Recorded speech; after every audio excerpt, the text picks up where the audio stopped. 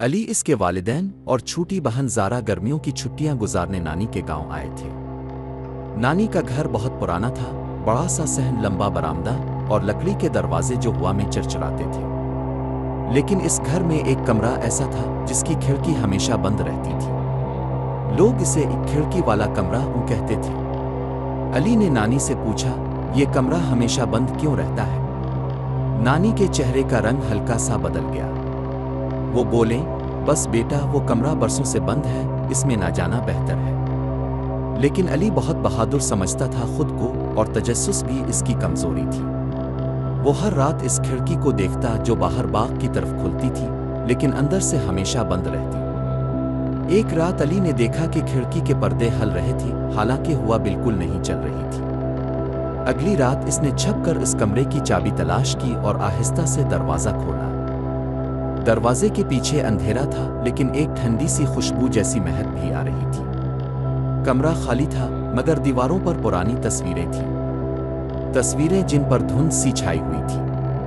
اچانک کھڑکی خود بخود کھل گئی اور ایک پرانا جھولا ہلنے لگا۔ علی کی سانسیں رکنے لگیں۔ ایک دھیمی آواز آئی، تم آ گئے؟ میں کب سے تمہارا انتظار کر رہی ہوں۔ علی پیچھے ہٹا، مگر دروازہ بند ہو چکا تھا۔ اس نے پیچھے مڑ کر دیکھا تو ایک پرانی سفید ساڑی میں لپٹی عورت، جس کا چہرہ دھندلا تھا، اس کے سامنے کھڑی تھی۔ کون ہو تم؟ علی کی آواز کانپ رہی تھی۔ عورت آہستہ سے بولی، میں تمہاری نانی کی بہن ہوں، جو برسوں پہلے اسی کمرے میں فوت ہو گئی تھی۔